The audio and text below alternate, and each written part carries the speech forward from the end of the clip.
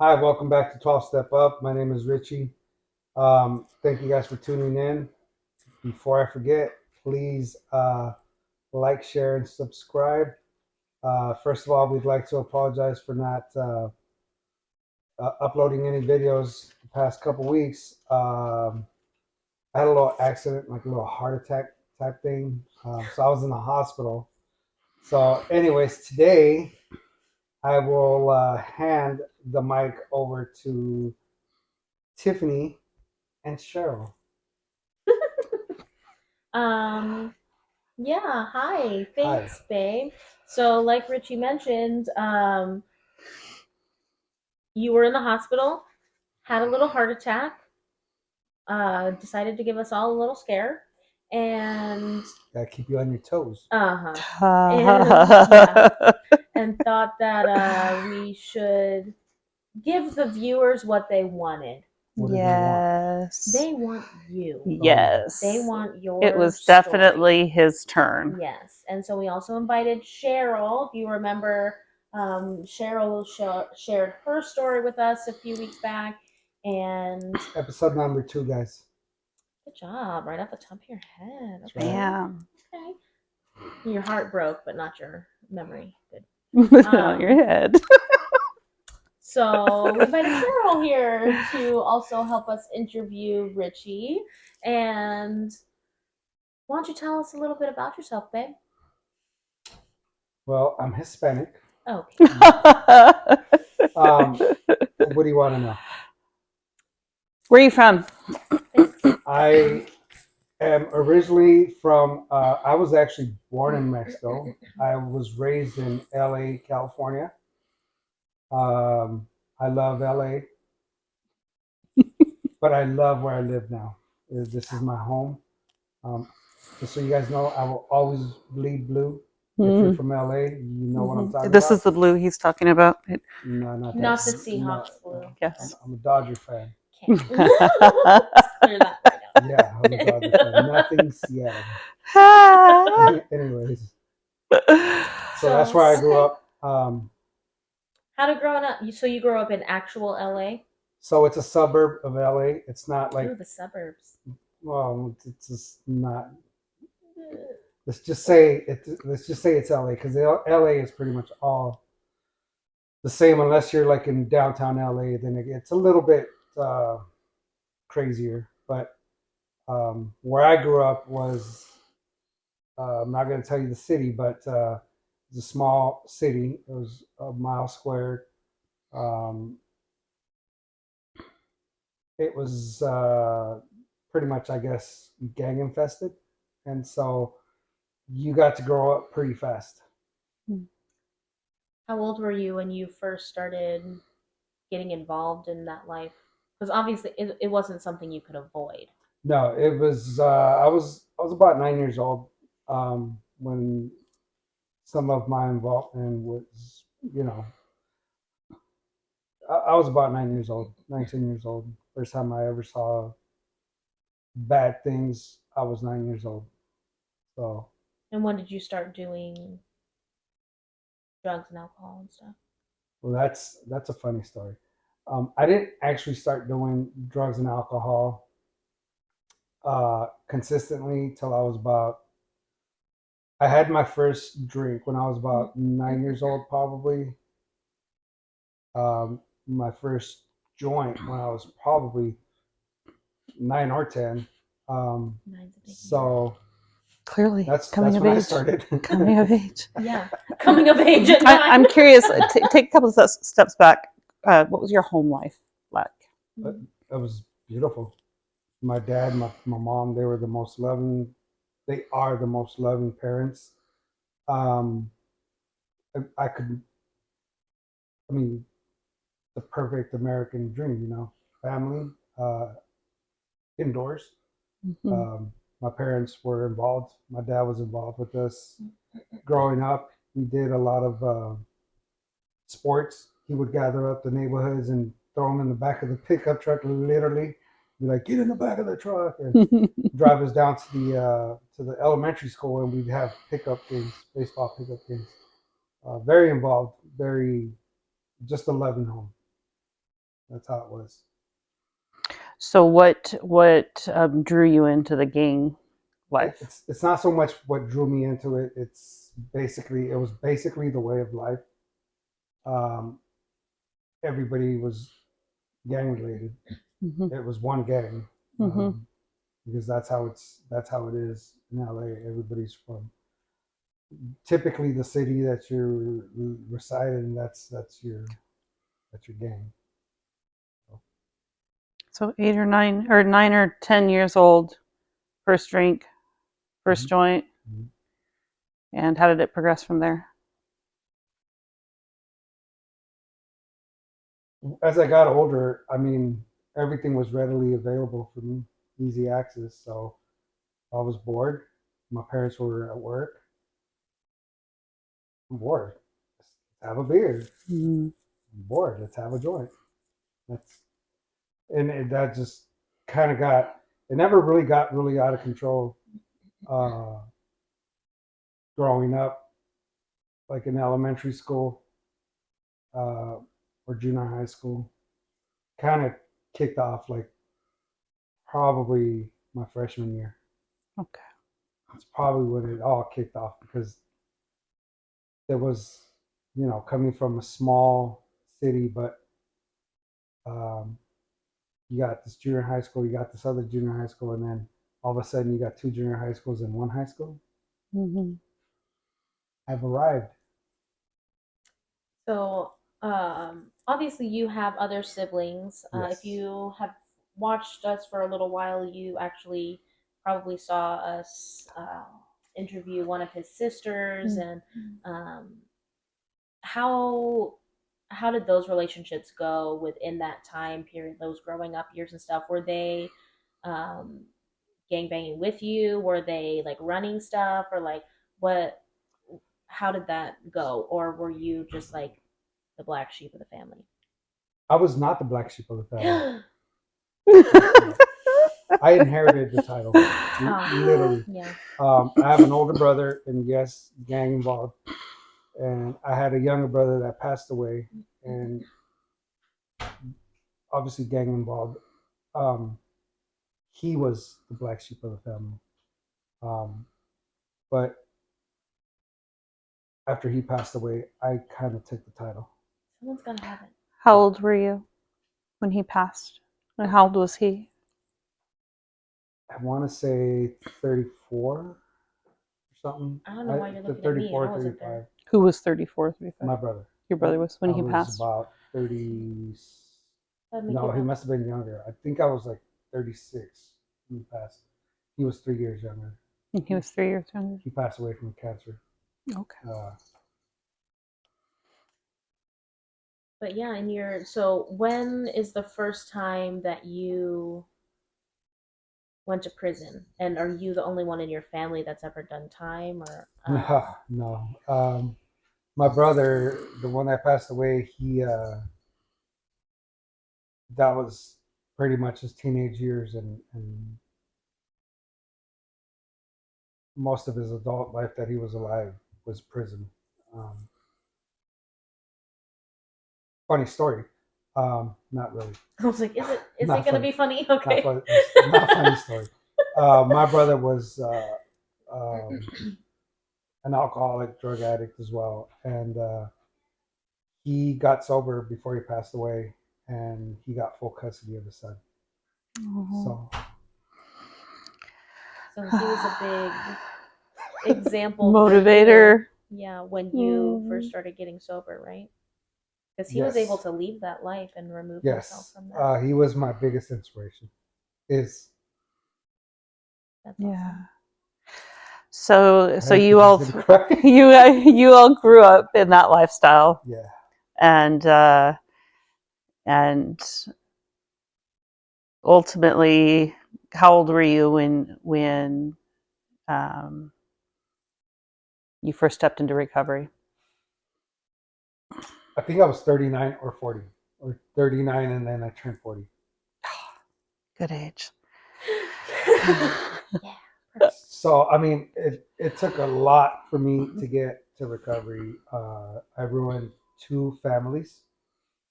I lost a couple homes, um, and pretty much like everybody else, I wanted to die because I don't like me. Mhm. I don't like anybody. Mhm. I just I don't want to feel what I feel, and Right. so it got to the point where I attempted um, 3, 4 times to just be done with it, but I don't know how that even works. But it just didn't happen. It was so weird. And but back up a little bit, and Please excuse our it, it dogs. took it took quite a while for me to actually figure out that I had a problem. Yeah. It took a while for me to figure Yeah. out that I had a problem. Again, I was married young. Um, I was married really young, and I had a son with my first marriage. Early, shit. How old were you? I think I was like 19 or 20. Okay. And everything was fine because I was functioning, Sure. but everything was fine until it wasn't fine. Right. I had another son with this, my first wife. She had a daughter, which I consider my daughter. So I basically had 3 kids. And it just got to the point where enough was enough for both of us. I blamed her, of course. Right. Um, now I know I guess it was both of us. But yeah, enough was enough, and I left that. And then shortly after that, a couple of years later, I ended up in prison. Um, and then I get out of prison, and then I meet someone else, and we have a child together. And then that turned into quite an adventure. And but by then, Does this adventure include attempted murder? yes, Okay, I was just. Oh. yeah, Mhm. And yes, my question is leading because I know his entire story. yeah. So, Mhm. but before all that, I was trying to get control of my life, Mhm. and I think I was heading in the right direction. And then my brother passed away, and then I don't know what happened. I can't still to this day. I don't know how it happened, but I went into this hole, and I kept digging it, and I the further I dug, the less light I saw. Sure. And once that light was starting to fade away, I was starting to fade away. And by then, I Mhm. had just ruined everything. And by then, I don't care about anybody. Like I said, I had kids, and I just don't care. Mhm. I don't care what happens. I don't. I'm trying to be a father, but at the same time, I just don't care for my life. Sure. So that's how that happened. Yeah. So, where did your recovery journey start? My recovery journey. I'll tell you how my recovery journey started. Good, because that's what she asked. Yeah. So yeah, everybody loves a I smart said ass. where. He said how. Yeah. Oh, Thank you, Cheryl. I deal with whose this. side are you on? I deal with this on a You know I got your back. So basically, I knew somebody that owned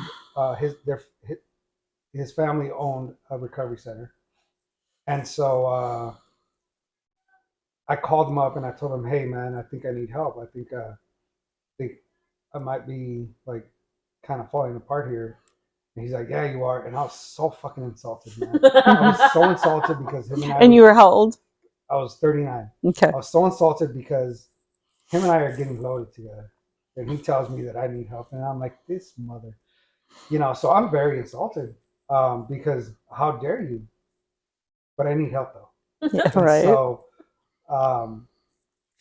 3 hours later, there's a van waiting for me. My daughter, my oldest daughter from my first marriage, was there with me. And I cried into the van because at that moment I knew that I had surrendered, but this, like I knew I was going to surrender, but the surrendering part, like I was kind of like trying to get out of it in my own Sure. way, but I knew I had to go. Yeah. And so, yes, I went. And once I get to this treatment center, I start fucking bawling, man. Like I don't know what's going on, and I'm just looking at people asking me questions, and I'm just crying, and I'm like, I don't know. And I remember this guy uh, looking at me from across the way. He's a very good friend of mine, uh, Gavin, Mm. and he's like, I remember talking to him afterwards. He's like, "Yeah, dog, you look like shit." He's like, "I was just coming in too," and I was like, We definitely don't look beautiful. so Right. that's how that started. And I'm there for like a couple weeks until somebody ratted me out that I had some THC oil, and I don't know. I guess they frown upon having drugs there while you're at the treatment center, so they escorted me down the street, and they said, "Yeah, sorry, you got the help that we try to help you." But I did learn a lot, and I did pick up Sure. from there. So driving, I called my oldest daughter. She picked me up, and as she's driving me back to my sister's, because I have nowhere to live now. Mhm. She's driving back to my sister's. I told her to stop at the liquor store. You guys don't know what a liquor store out here is. Oh, we do. You do. Oh, well, It's more like a depending corner on the store. age. It's more Corner it's more a store. corner I always store. call them a corner store because Sure. we're from the East Coast. I'm Yeah. You're from the East but- Coast. Anyways, so I told her to stop. I wanted a beer, and she said, "Dad, what the fuck is wrong with you? You just got out of the treatment center." And I said, I'm kidding," but I wasn't. I right. really genuinely Right. wanted to. So we get back to my sister's house. In the garage, I had a lot of stuff there still. Mhm. So I go and I start rolling a joint, and I'm about to hit this joint, and I turn back, and I saw the biggest tears I've ever seen.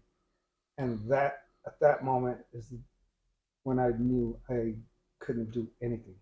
Yeah. That moment, I knew that I had to stay sober, if not for myself, for them. Yeah. So that's how my journey began there. Um, it's when you first come in, nothing's easy. Everything is just Mhm. you want to cry, you want to fight it, Mhm. and that's how I was. That's how my treatment started. Mhm. The treatment center that I was at, the guys started getting out of there, start finishing their program.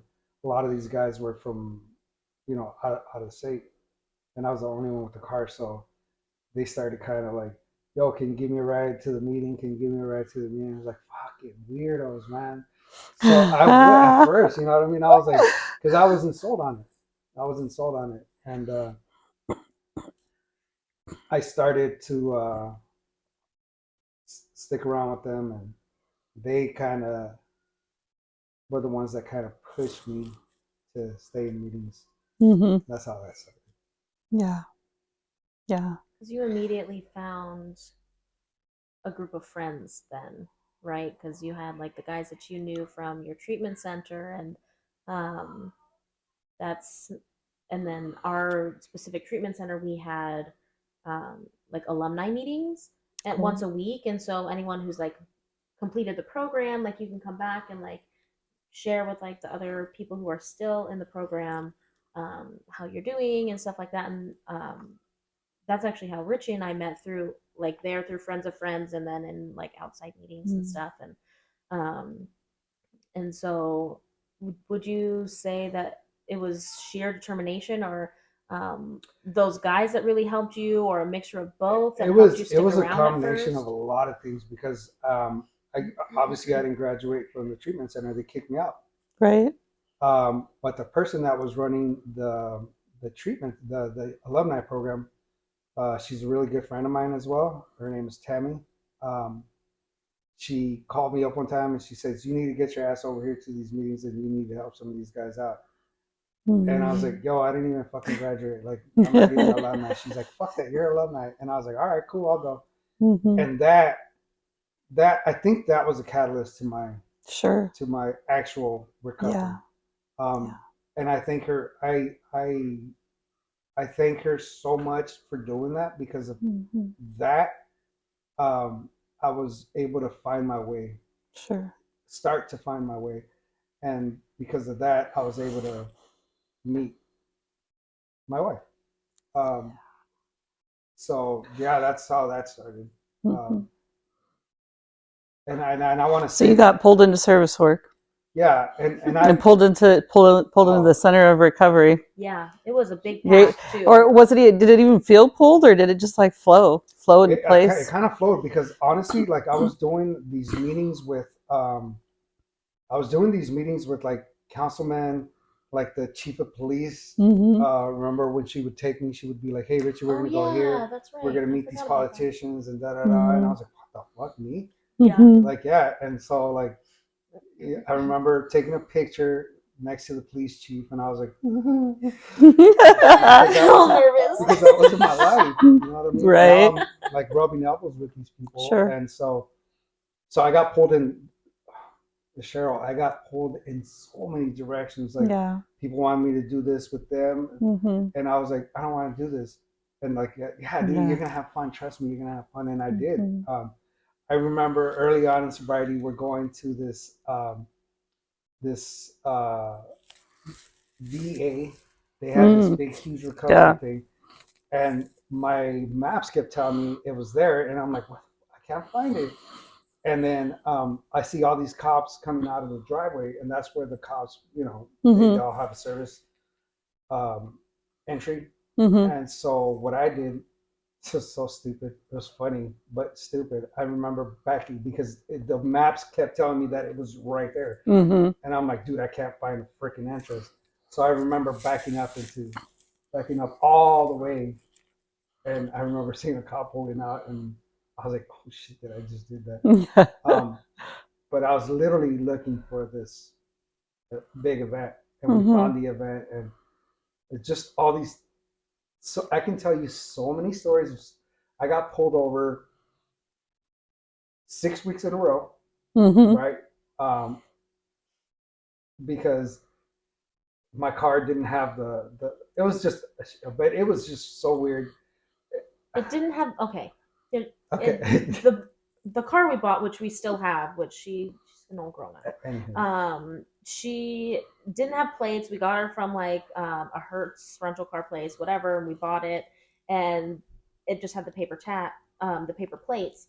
And the guy said they'll be coming in the mail. Well, what was it? It was like a year and a half later, and we finally started getting pulled over, and we're like, and not we, he. At this point, I still had never been pulled over in my life, and so he kept coming home like, I got pulled over again, but we need to call like the DMV and see what's going on with these plates. Like, they never got mailed and this and that. And turns out they were behind the paper plate this whole time. Oh. But where I was going with this is what's amazing is that like the whole experience with the cops then was a whole lot different because back in the day, you would have to be from a major city to understand where I'm coming from. Mm-hmm. You get dragged out of your car. Sure. And they'll ask you after they've done Sure. whatever they do. Right. I support cops. If you're a good cop, I support you. If you're not a good cop, then fuck you. Basically, I don't care. But if where I got pulled over, it's not a good area. Mm-hmm. But it was funny because it was always almost the same fucking cop. Yeah. And he was like, dude, like, Mm-hmm. what do you want, my dude? I don't know what to do. And it was like that was a kind of experience. And then another good experience I had with the cop was we're driving home, and we had the windows down. I think we picked up McDonald's for dinner, and we were driving home, and the windows were down. And what was he on, like a motorcycle? A motorcycle, yeah. And he pulls up. Smells good. It smells good. What you got in there? We're munching on the fries. We're like, fries, like, you want one? He's like, no, I'm good, thanks. Like, have a good day. Like, so the moral to these stories is like I was beyond myself. Sure. Yeah. Like there was something working in my life that I had no idea what was working in my life. But my attitude towards people, everything was changing big time. Big time. Because when you first got sober, were you planning on this being like a lifelong, like a life change? Hell no. Yeah. What was your initial my plan mindset?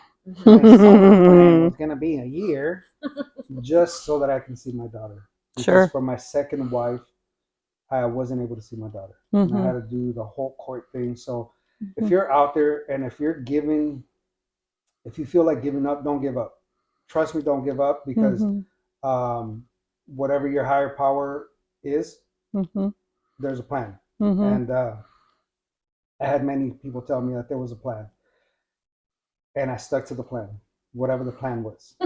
It sounds like he totally got a hold of you and was taking you through it. I You did were the just along footwork. for the ride. I did the footwork. That's Yeah. all I did. And now, obviously, we moved from California to Washington.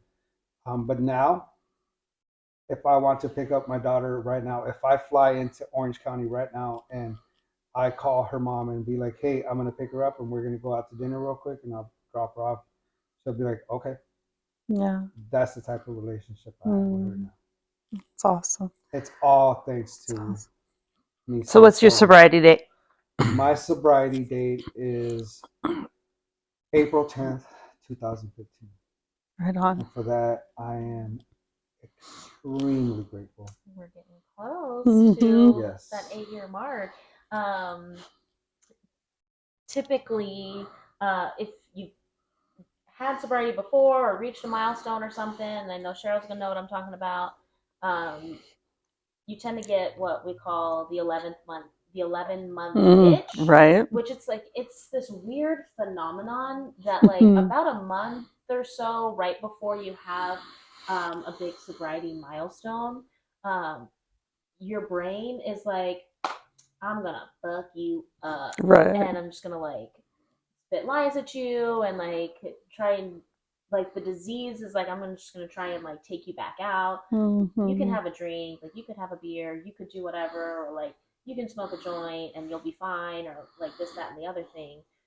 Is that something that you've experienced, and or are you currently experiencing that, or has what advice would you give to someone who's going through that too? Well, I've experienced True. it, and I'm not going through it right now. Mm-hmm. But we're still a couple months away. Yeah, that's enough. I've experienced it. Yes, I hate that feeling because you can't find peace. Um, but my advice would be, don't listen to your head. If you are going through that, simple. Call your sponsor. Call other people in recovery because they will sit there and hear you bitch and whine because we're all in this together. Yeah. And which brings me to something I actually wanted to touch on, sponsorship. Um, I've had numerous sponsors. Um, my first sponsor, well, my longest sponsor before this, when I was in California, this man taught me how to be a man, taught me how to be a boyfriend at the time, then a husband, a father, a friend, just taught me how to be a man. Um, I I love this man so much, so much. He was hard on me, but kind. Yeah. And he, I'm not going to get into the details, but he turned out to be a bad person. Did some bad things. He's old. He's I don't know. He's got to be like 80 years old now. At the time, he had 34, 38 years sobriety. He ended up doing some bad things. That shattered me. I thought it. I almost thought, I don't want to do sobriety anymore. And I had people pull me out of that. I had people pull me out of that. I had a guy that wasn't really a friend of mine, was an acquaintance, was like, "Shut the fuck up, knock it off." Right. Yeah. I had a friend of mine that isn't in any program. He's just a normie guy, and he told me that if I even thought about it, he's like, "I'm booking a flight right now. I'm just gonna Sure. fly out Sure. here to make sure that I didn't. So, Yeah. having said that, I was able to hang in. Mm-hmm. Um, I was able to hang in, and I went through a couple more sponsors. Uh, my current sponsor, I love and respect this man. Mm-hmm. I've never had such a good relationship with any man ever in my entire life Mm-hmm. like I do with this man. So if you're coming into this, if you're coming into recovery, what I would suggest is get a sponsor. A sponsor is not somebody that tells you what to do. They give you suggestions, and whatever program you work, they're going to help you. Mm-hmm. This man has become a very important part of my life. He's not only my sponsor, he's a good friend of mine, somebody, a mentor, somebody that I look up to. Sure. So that's what I would tell anybody coming in. Well, you beat me to the question. I was going to ask the question that What you what always what question? ask everyone. What that is? What would you tell someone right now? What's one thing that you want someone to take away from this video? Mm-hmm. If you could say one thing, what would it be? If I could say one thing, I think I would say, if you're struggling, if you're on the fence about sobriety, if you're on the fence, then you've already made a decision. But what I would suggest you do is reach out to as many people as you can Mm-hmm. that know about sobriety, and just don't give up. It's not going to be easy, but do not, please do not give up, because your life will get so amazing. Um, that's what I would tell anybody. And I would just hope people would take that advice. And this Mm-hmm. coming from the man who just had the heart attack a few weeks Right. ago, Right. did how did that affect you Oh man, spiritually or? spiritually, oh my goodness, I have never ever in my entire life felt as loved and as appreciated as I have when this happened. I had so many people reach out to me. Shit, I'm gonna cry again. Yeah. You know, the spiritual side of 12-step programs is pretty important. Yes. And that's why I my push to get this interview lined up, because when we get to experience our fellows filled up, their cup filled up, you know, you had a really scary moment in your lives, your family's life, and the spirituality of the program has definitely shined through in this experience. Well, we're not supposed to cry, but yes, my cup is full. My cup is full, and it'll spill over into anybody else's cup that needs it. Um, and I mean this. As a matter of fact, I want to touch on something real quick before I know we get to end this. I have a very dear friend of mine that is going through some really bad stuff. Um, that's all I'm going to tell you guys, but I can tell you guys this much: she has been there for me.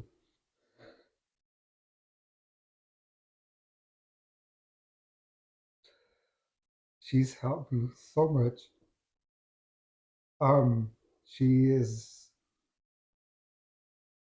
I'm gonna try and get to see her this upcoming week, and that's all because of this program that I work. Because somebody said you need to go see this friend, and here's what I can do for you so that you make it possible.